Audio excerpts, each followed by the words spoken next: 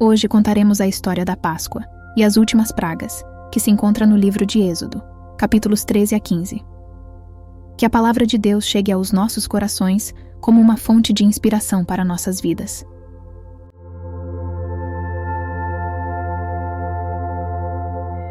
Os corredores do palácio do faraó pareciam respirar com uma tensão palpável quando Moisés adentrou. Sua figura imponente projetando-se contra os grandiosos pilares que sustentavam o teto adornado com ouro. Seu olhar, firme e determinado, encontrou-se com o do faraó, desafiando-o com uma coragem que só podia ser inspirada pelo próprio Deus dos Hebreus. Se não deixares partir os filhos de Israel, o Senhor enviará gafanhotos como nunca antes vistes, proclamou Moisés, suas palavras ecoando pelo salão real como um eco de julgamento iminente. Cobrirão a terra e devorarão tudo o que não foi destruído pela saraiva. Os próprios oficiais do faraó, homens cujo orgulho e lealdade à coroa eram inabaláveis, imploraram em desespero: por favor, deixa-os ir, o Egito já está destruído. Mas o coração do faraó permaneceu inabalável, endurecido pela teimosia e pelo orgulho de um rei que se recusava a curvar-se diante do Deus dos escravos. Os homens podem partir e adorar o seu Deus, cedeu o faraó, suas palavras carregadas de relutância. Mas Moisés não se contentou com esta concessão parcial. Com a autoridade de um enviado divino, ele endureceu seu próprio coração contra a manipulação do faraó. Quando partirmos, levaremos conosco não apenas os homens, mas também as mulheres, os jovens e os velhos, declarou Moisés com uma determinação inabalável. E nossos rebanhos e manadas seguirão conosco.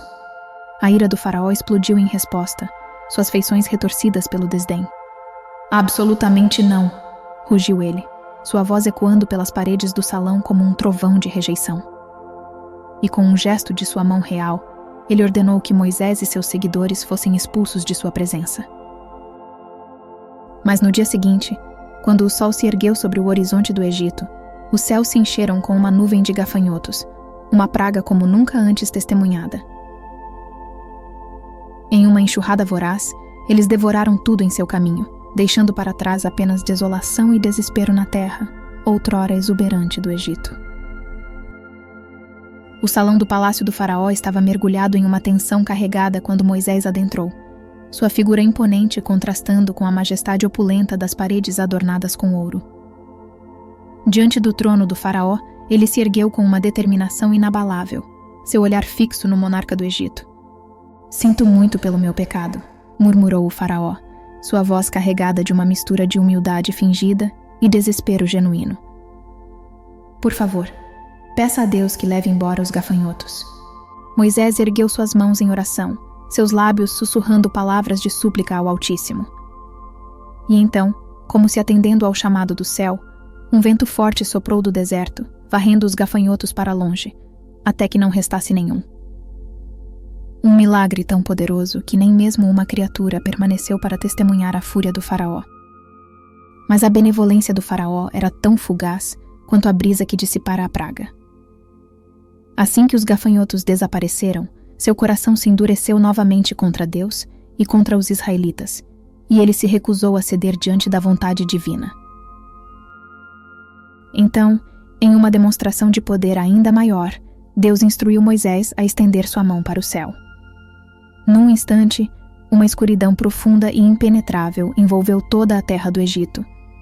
Uma escuridão tão densa que os próprios habitantes podiam senti-la, sufocando-os e privando-os de qualquer visão.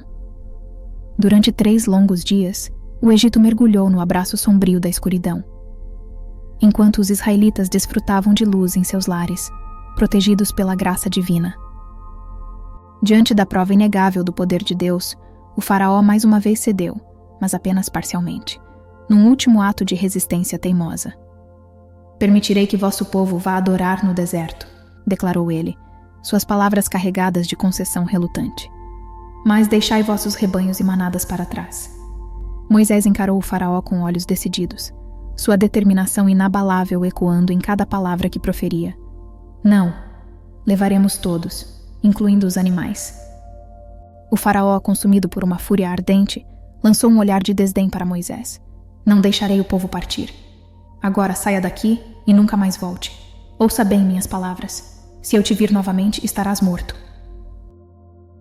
Mas mesmo diante da ira do faraó, Moisés permaneceu firme, pois sabia que estava cumprindo a vontade do Senhor. E foi então que Deus falou novamente a Moisés, revelando-lhe o plano derradeiro para libertar seu povo da escravidão egípcia. Uma última praga cairá sobre os egípcios, disse o Senhor a Moisés. E então o faraó insistirá que o povo parta. Moisés escutou atentamente as palavras do Senhor, absorvendo cada instrução com reverência e determinação. Dê a meu povo estas instruções, disse ele aos israelitas. Cada família deve selecionar um cordeiro macho de 1 ano, sem defeitos. Eles devem sacrificá-lo e espalhar seu sangue sobre a verga e as laterais das portas. O povo deve permanecer dentro de suas casas. Fora delas, não estarão seguros. E assim, sob a orientação divina, os preparativos para a última e mais terrível das pragas começaram a se desenrolar. O destino do Egito estava prestes a ser selado pelo sangue de cordeiros inocentes, e o povo de Israel se preparava para a libertação que há tanto tempo ansiava. As palavras de Moisés ecoaram entre os israelitas, carregadas de urgência e esperança. Assem a carne do cordeiro e comam-na apressadamente, vestidos com seus mantos e sandálias, como se estivessem prontos para a jornada. Se for demais para uma família consumir, que convidem outra família para se juntar a eles. O povo de Israel, atento às instruções do Senhor, preparou-se com diligência e reverência para a iminente passagem do anjo da morte. À meia-noite, o silêncio pairava sobre a terra do Egito, enquanto a escuridão envolvia cada canto e recanto.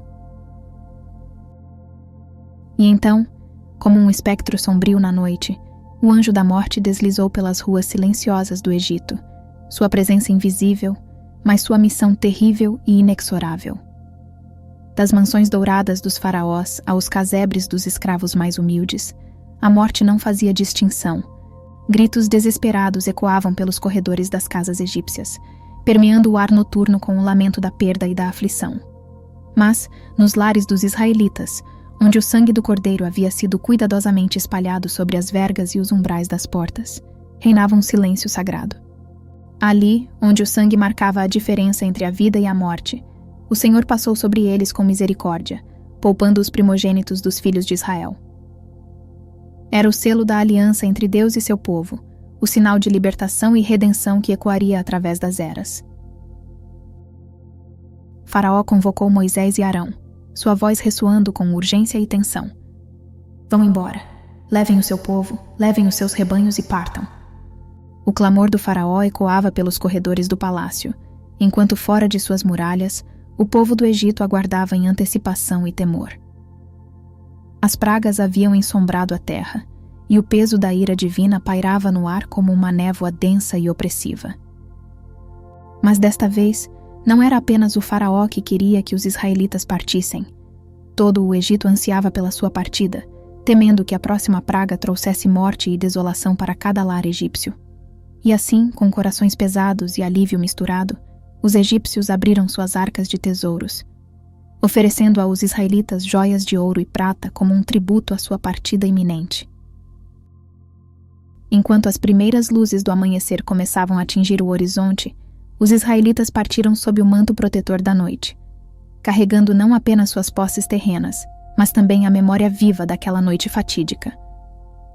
Para eles, cada passo em direção à liberdade era uma homenagem à intervenção divina que os havia libertado das garras do cativeiro egípcio. E assim, como uma promessa eterna gravada nos anais da história, o Senhor ordenou que os israelitas celebrassem a Páscoa, ano após ano, como um lembrete sagrado da noite em que ele passou sobre suas casas, preservando-lhes a vida e selando sua redenção. Era o início de uma jornada épica rumo à Terra Prometida, onde a liberdade floresceria e a promessa divina se cumpriria.